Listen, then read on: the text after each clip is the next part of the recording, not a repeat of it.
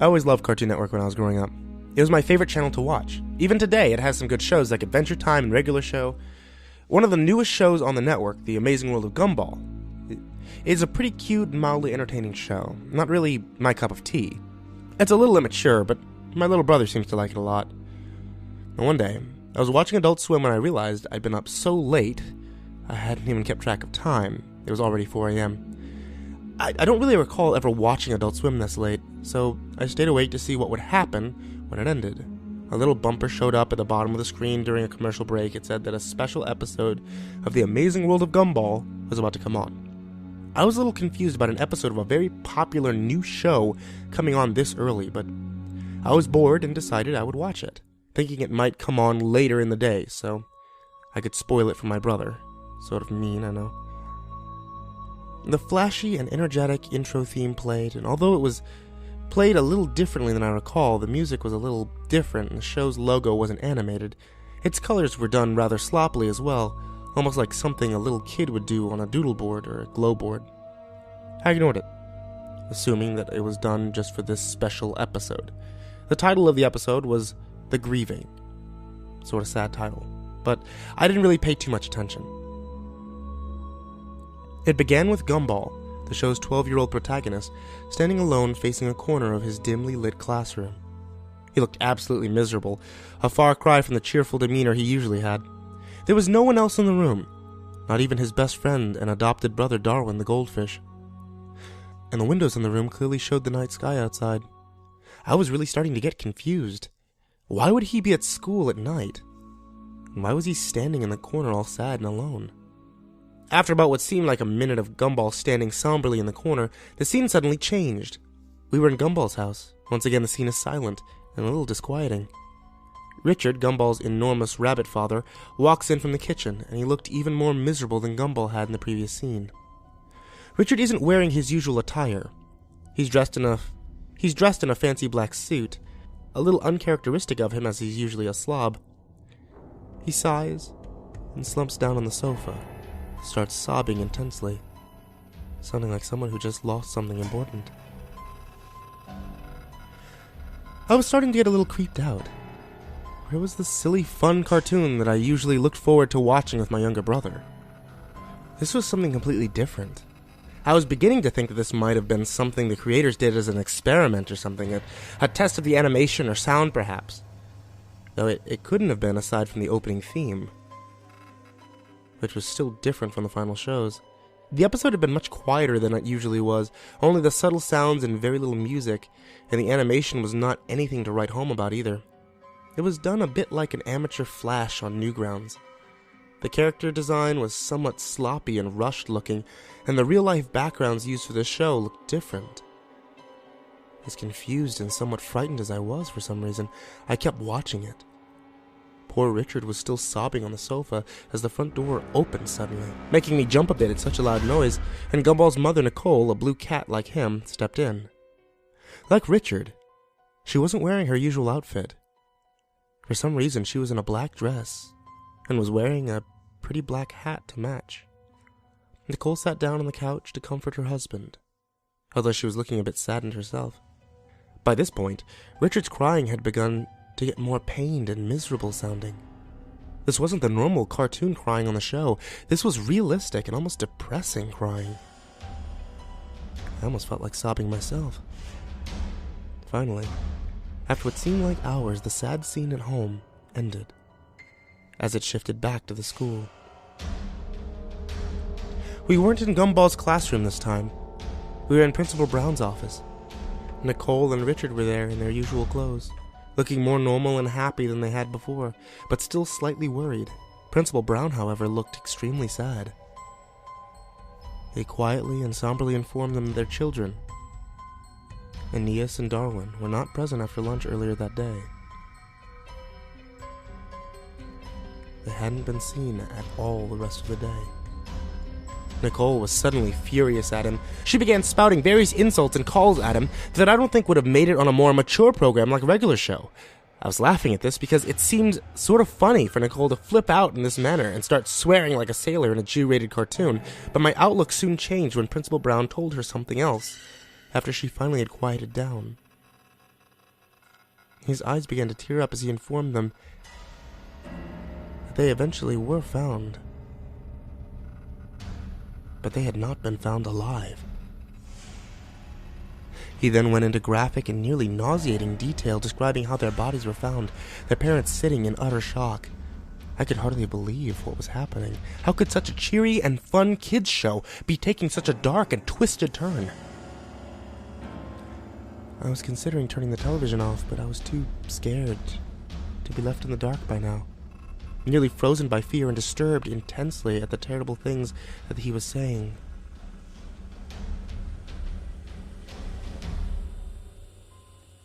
Another flashback. The scene was earlier that day, and the animation in this scene was even worse than earlier.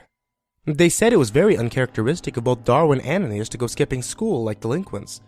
Darwin was a little naive and a bit ditzy, but he was a good kid, and wouldn't have even dreamed of doing something like that. And Aeneas was even less likely to run away. She was a straight-A student, despite being only 4, which also troubled the police, seeing as a defenseless 4-year-old girl was missing, as well as an older boy. The school had been thoroughly checked, so the police started to search the heavily wooded area outside of the school. It took little time for the police to discover the horrifying fate of Aeneas. In a small clearing outside of the school, her head was found in a small box.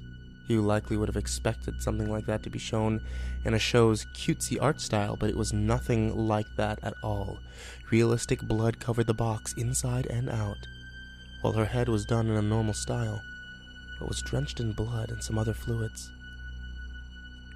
Not all of them hers, apparently. There was a note in the box, seemingly written in her blood.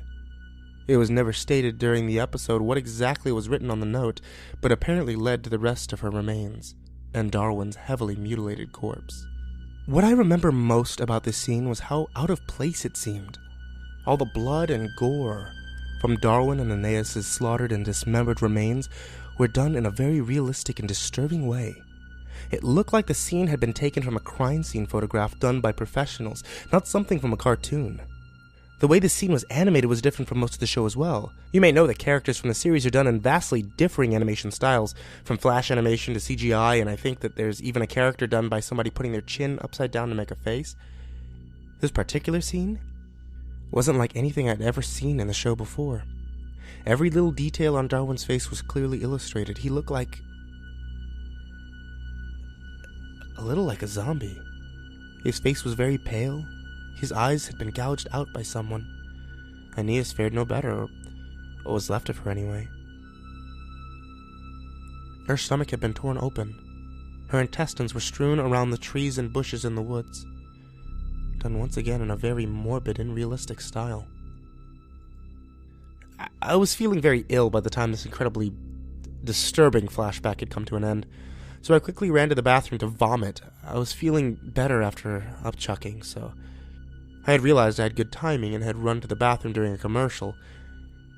It was then that I had noticed that the show had been running twice as long. It usually ran for 11 minutes, but this episode was running for about 30. By then, I was wondering if there was any information on the Grieving on IMDb or something, so while the commercials were still playing, I looked up some information about the episode on Google. Nothing came up. No information remotely similar to the plot or name of this episode existed anywhere. Now, incredibly scared and wondering if anyone else was watching, I quickly dialed my brother Larry and asked him to turn to Cartoon Network to see if he was seeing the same shit that I was. He was pretty mad that I woke him up at this hour. But he's a nice guy, and he told me that he would see for me. I thanked him and stayed on the line as the show came back from commercial break. The scene had thankfully panned away from the horrific sights of the mutilated children and was back to the principal's office. I asked Larry if he saw some cartoon animals talking or crying, since that's what they were doing on my TV, and to my surprise, he said that he saw nothing like that. Instead, it was a rerun of an old Looney Tunes short. In an utter shock, I dropped the phone and ran over to the TV to turn it off. As hard as I pressed the button, it would not let me shut it off at all. I tried every single button, and none of them did a thing. I tried unplugging the whole thing as well, and nothing worked. The TV stayed on no matter what. Larry had hung up, assuming that I was playing a joke or something, I guess. And I was alone once again. My door was locked from the outside somehow, and the door to my bathroom was now locked as well. It seemed that I had no choice but to call the police since my other family members were gone that night. It's the reason I could stay up so late after watching Adult Swim in the first place. When I hurriedly dialed the phone, I got no response. I was very scared. I had no choice but to finish the episode. I turned on all the lights in my room, got under the covers, hiding like my little brother does when I make him watch scary movies with me. I'd apparently missed a bit, but Gumball's parents were still talking to Principal Brown, so not that much. Nicole was asking him if Gumball was alright. He looked slightly confused and shocked for a moment and explained to her that he thought Gumball was out sick today and he had spent the day at home by himself with the stomach bug. Nicole screamed and wailed while Richard quietly told him, in a very out-of-character voice, that they thought Gumball had gotten on the bus this morning. But it didn't seem that way. The police were called once again to search the building and the small forest outside. They had found him in Miss Simeon's class, hanging by a noose with a blood-covered knife behind him and blood covering his clothing. The episode ended with a shot of Gumball's dead body hanging there in the corner, fading to black. The credits rolled silently, not like the usual way Cartoon Network annoyingly airs a promo that squishes half the screen. Those credits rolled unusually slow. And they weren't that fun to watch either. A little creepy, just plain white text rolling on a black background. I only recognized the name of the creator of the show. The rest were people I'd never heard of. The copyright notice at the end said copyright Cartoon Network Studios 2001, which was incredibly odd seeing as the show was new for 2011. After all that was over, the screen went to static for a split second, during which some incredibly creepy and shocking video clips were shown between static intervals. I can still remember them very clearly. The first was a picture of a person in a plague doctor outfit. Those always scared me for some reason, and the way the person in the suit was filmed was just as bad. A red light, something that freaked me out incredibly, was shown over the clip. The next was what seemed to be a video being played very quickly over and over again of a kitten's face being squashed by a woman wearing high heels, which was strange because a so-called friend of mine was sent a picture yesterday of a cat being killed, similar to the kittens in the video. The last one was the one that disturbed me the most. It made me want to both cry and vomit my guts out. It was my little brother, or at least a small child who looked very similar to him, being shot right in the face by a person who looked like my father. You could clearly see the child's blood splatter on the wall, and I began to sob uncontrollably after that traumatizing clip. So much so that I passed out.